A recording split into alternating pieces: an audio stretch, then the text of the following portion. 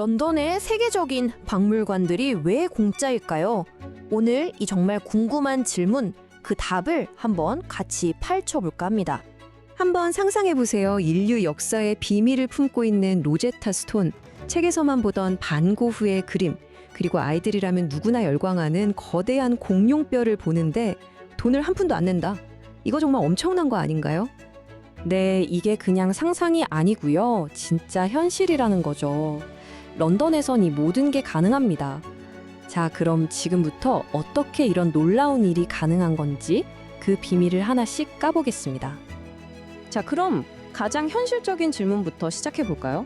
이 모든 비용 대체 누가 내는 걸까요? 맞아요. 세상에 공짜 점심은 없다는 말도 있잖아요. 박물관 하나 운영하는데 돈이 어마어마하게 들 텐데 입장료 수입이 땡전 한 푼 없다면 그 돈은 다 어디서 나오는 걸까요? 런던의 무료 박물관 정책은요, 사실 그냥 뚝 떨어진 게 아니에요.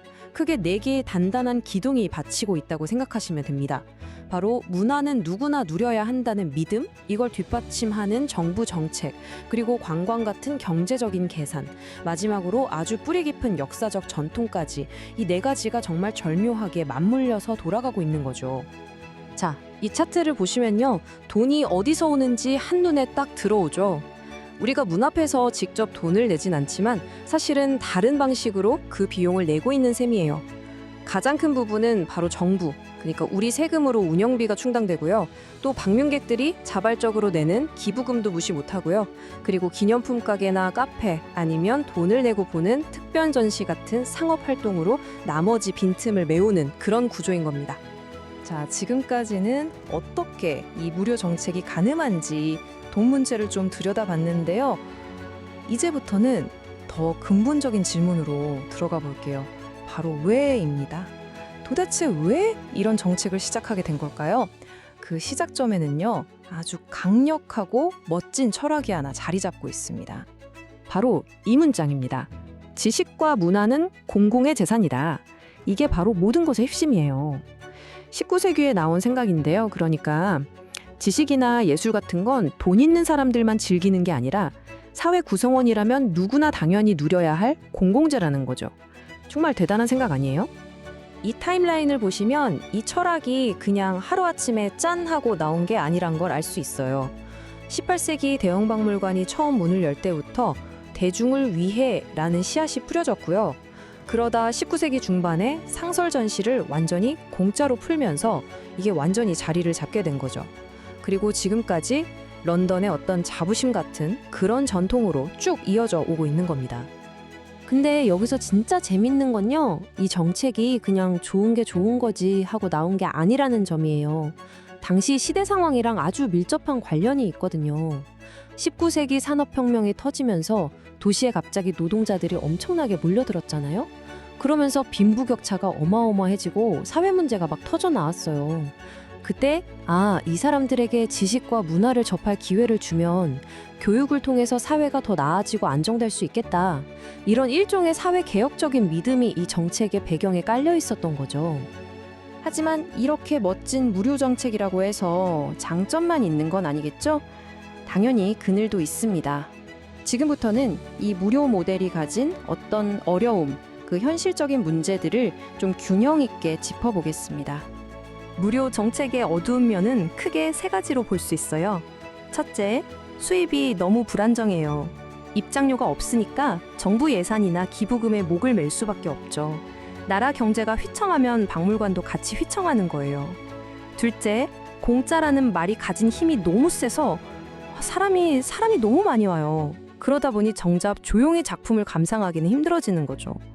마지막으로 방문객이 많다는 건 그만큼 시설이 빨리 닳고 낡는다는 뜻이기도 하고요. 이 문제를 좀 더 쉽게 이해하려면 다른 도시랑 비교해보는 게 제일 좋죠. 대표적인 예가 바로 파리입니다. 런던이 모두에게 문을 열어두는 것, 즉 접근성을 최우선으로 생각한다면 파리는 돈을 받더라도 운영의 안정성과 쾌적한 관람 환경을 지키는 걸 더 중요하게 여긴다고 볼 수 있어요. 이 표를 보시면 두 도시의 차이가 정말 명확하게 보이죠. 런던은 정부와 기부금으로 운영하면서 보편적인 접근성을 추구하고요. 반면에 파리는 입장료 수입이 아주 중요한 역할을 하면서 재정 안정과 관람의 질을 챙기는 거죠. 사실 뭐 어느 쪽이 무조건 맞다 틀리다 할 문제는 아니에요. 그 도시가 문화라는 걸 통해서 어떤 가치를 실현하고 싶은가에 대한 어떤 근본적인 철학의 차이라고 봐야겠죠. 그리고 바로 이 그래프가 무료 정책의 가장 큰 숙제 중 하나인 과밀화 문제를 딱 보여줍니다. 보세요. 대형 박물관 같은 무료 박물관에 오는 사람 수가 유료인 루브르 박물관에 결코 뒤지지 않죠. 어떨 땐 훨씬 많기도 하고요. 이게 어떻게 보면 엄청난 성공의 증거이기도 하지만 동시에 방금 말씀드렸던 그런 문제들을 만들어내는 원인이 되기도 하는 뭐랄까 양날의 검 같은 거죠. 자, 그럼 이제까지 나온 이야기들을 한번 싹 모아서 정리해 볼까요?